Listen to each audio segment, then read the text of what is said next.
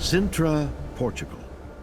This popular tourist destination is known for its pristine beaches, historic gardens, and numerous palatial estates. One of those estates is named Quinta de Regulaira. This Gothic palace has been unoccupied for more than 30 years, and it has a reputation for being a mysterious, eerie place. Regulaira is really it's the spooky mansion on the hill. But when you get up closer, it immediately seizes your imagination and draws you in. And you begin to appreciate the secrets that it holds compared to the other more glitzy palaces nearby. According to historical records, Quinta de Regulaira is an ancient estate that dates back nearly 1,000 years. And it was bought in the late 19th century by an eccentric Portuguese businessman named Carvalho Monteiro, who reportedly had a fascination with the occult.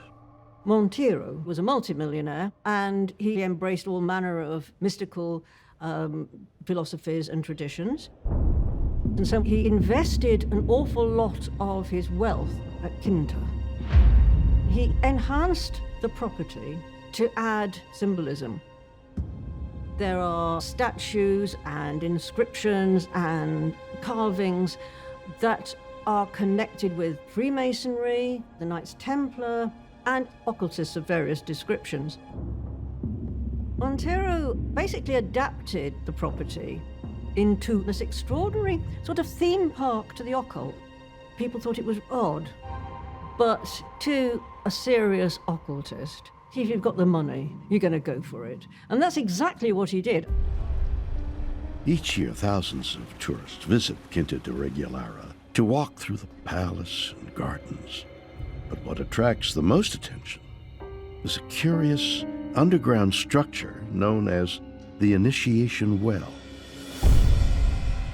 The Initiation Well is like some kind of Gothic fantasy. It's called the Initiation Well, but it's not a well.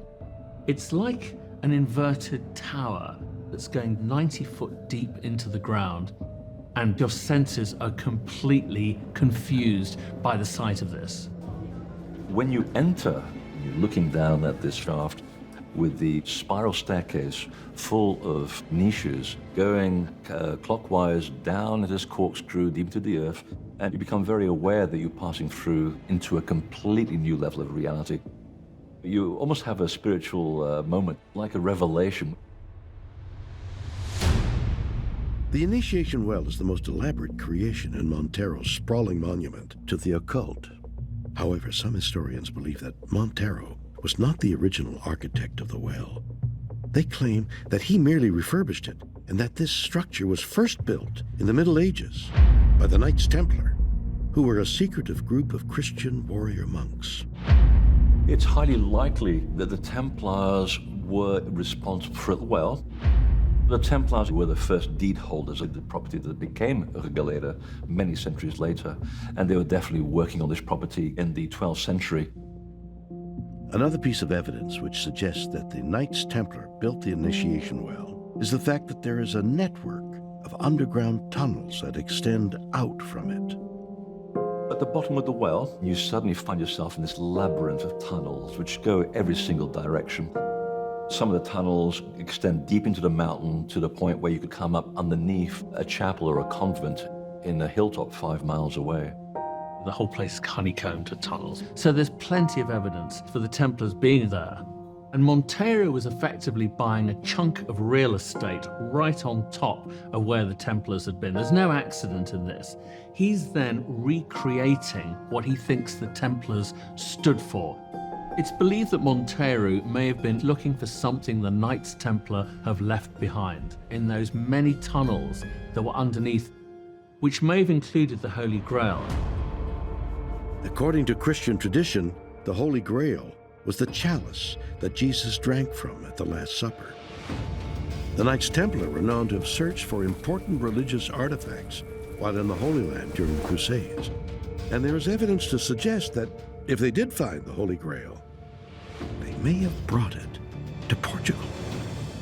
One of the big clues that we know that the Templars left something of incredible importance there lies in the seal that was printed by the first king of Portugal in a deed that he gave to the Templars. And if you look very carefully at the seal that the king put on there, it has the word Portugal written as an anagram. It reads, Portu o Graal, which means through you, the Grail. What the King of Portugal is insinuating is that the Templars brought the Grail to Portugal. So when the Templars are bringing their treasure out of Jerusalem, they could have brought the Grail to Regaleira. They had fortresses and they had secret tunnels. They could get their treasure there and it would be protected. If you look around Regaleira, you'll see evidence for the Grail. We have rather intriguingly a bench referred to as Bench 515. At the center of it is a female character, and she's holding out a chalice, and that's believed to represent the Holy Grail.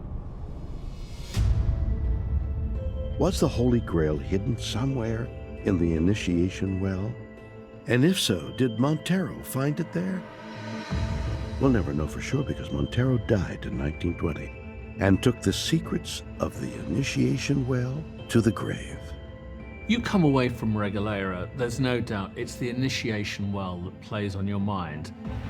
It's so odd that so much effort went into creating this, and yet, what does it all mean? And that's what is the big unanswered question.